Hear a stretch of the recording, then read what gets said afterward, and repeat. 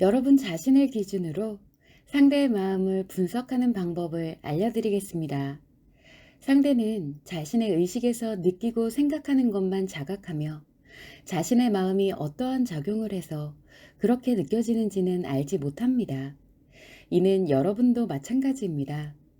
그러나 우리는 자신과 상대가 의식에서 느끼는 이면에 어떠한 마음이 작용하는지를 알아야 심리작용의 오류로 인해 스트레스와 상처가 발생하는 것을 최소화시킬 수 있습니다. 즉, 상대의 마음을 분석하는 방법은 자신의 마음을 분석하는 방법이기도 합니다. 첫 번째, 감각기관에 대한 상대의 의존도를 파악해야 합니다. 외부로부터 정보를 인식하는 신체의 감각기관은 시각, 청각, 촉각, 후각, 미각 등 5개입니다. 이들 중 개개인마다 중점을 두는 감각기관이 있습니다. 시각적으로 아름다운 경치와 보는 것에 기쁨을 느끼는 것을 중심으로 살아가는 사람들이 있습니다. 또는 미각을 통한 즐거움을 얻기 위해 맛있는 것을 먹는 일에 중점을 두고 이를 중심으로 살아가는 사람들도 있습니다. 이처럼 5개 감각기관에 집중하여 인생과 삶의 대부분을 감각기관을 즐겁게 하기 위해 살아가는 사람들은 기본적으로 무의식에서 지속적으로 상처가 작용하고 있는 사람들입니다.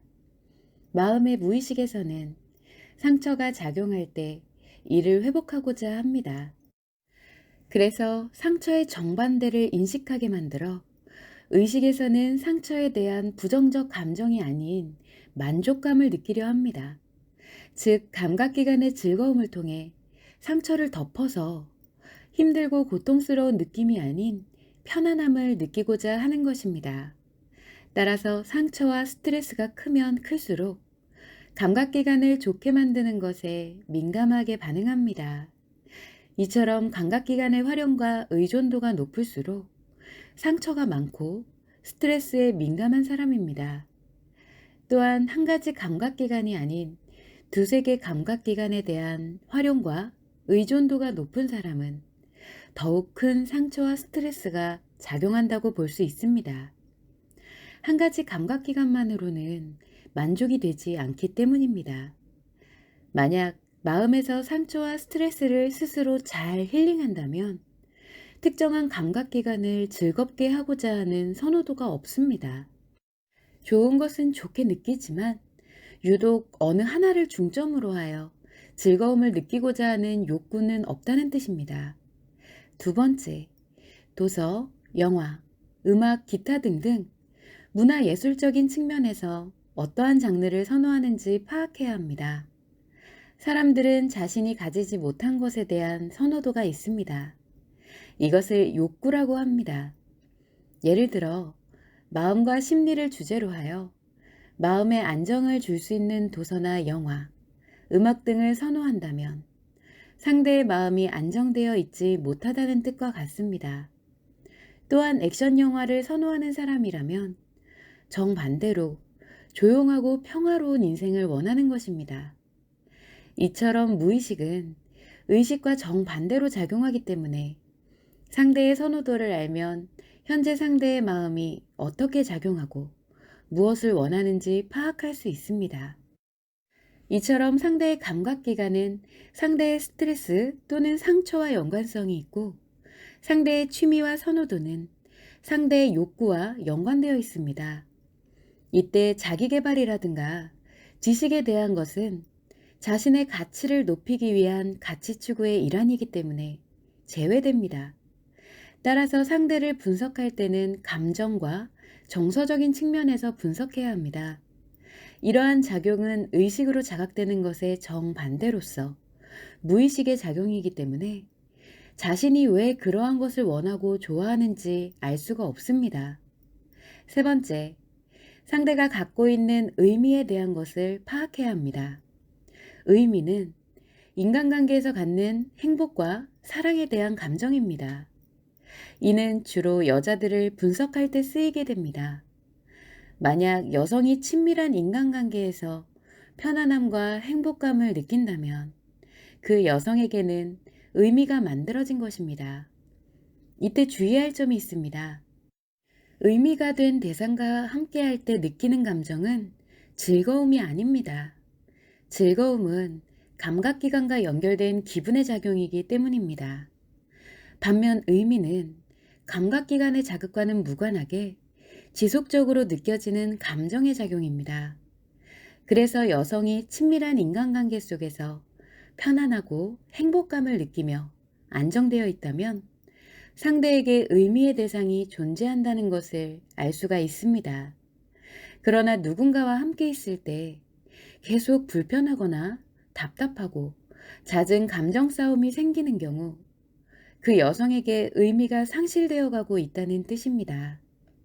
그렇게 되면 인간관계에서 여성은 지속적으로 상처를 만들게 됩니다.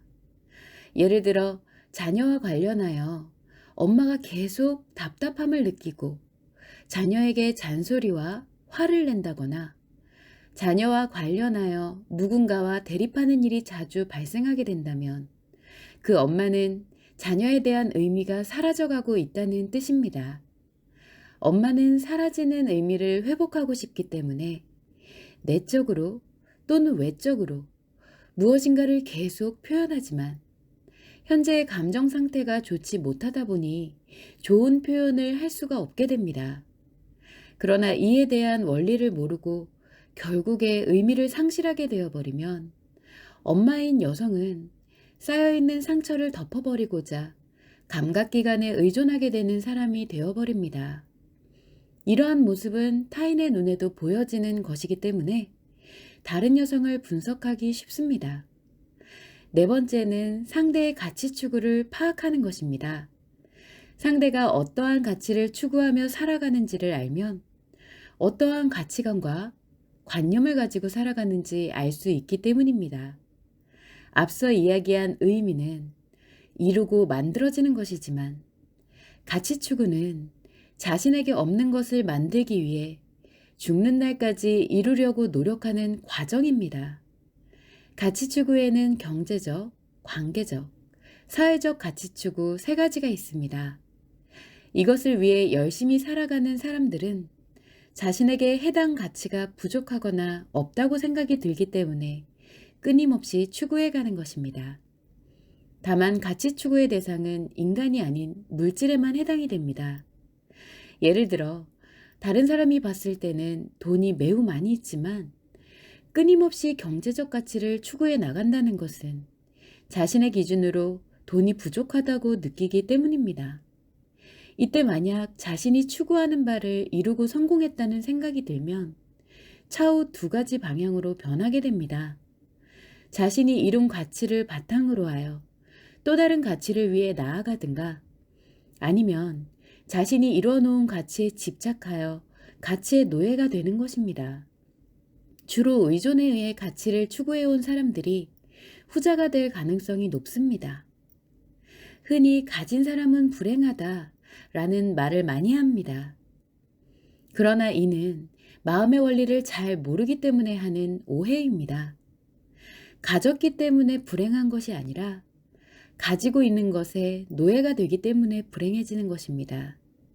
즉 이루어 놓은 것을 바탕으로 다른 가치 추구를 하지 못하고 계속 이루어 놓은 것에서 벗어나지 못할 때 불행해진다는 뜻입니다. 이렇게 가치의 노예가 되는 경우 인간으로서 함께하는 행복을 모두 버리고 오로지 이룬 것을 더 크게 확장하기 위해서만 살아가게 됩니다. 그래서 가치 추구는 이루고 난 후가 이루어가는 과정보다 더욱 중요합니다.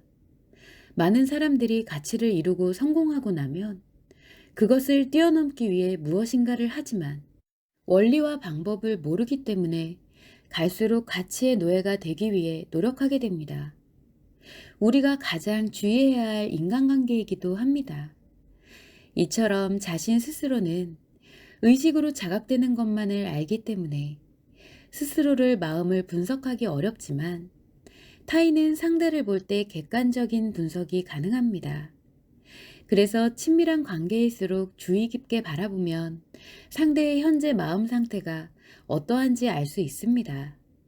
만약 자신의 마음을 알고 싶다면 앞선 네 가지 기준에 의거하여 친밀한 관계의 사람들에게 솔직한 의견을 들어보면 알 수 있습니다.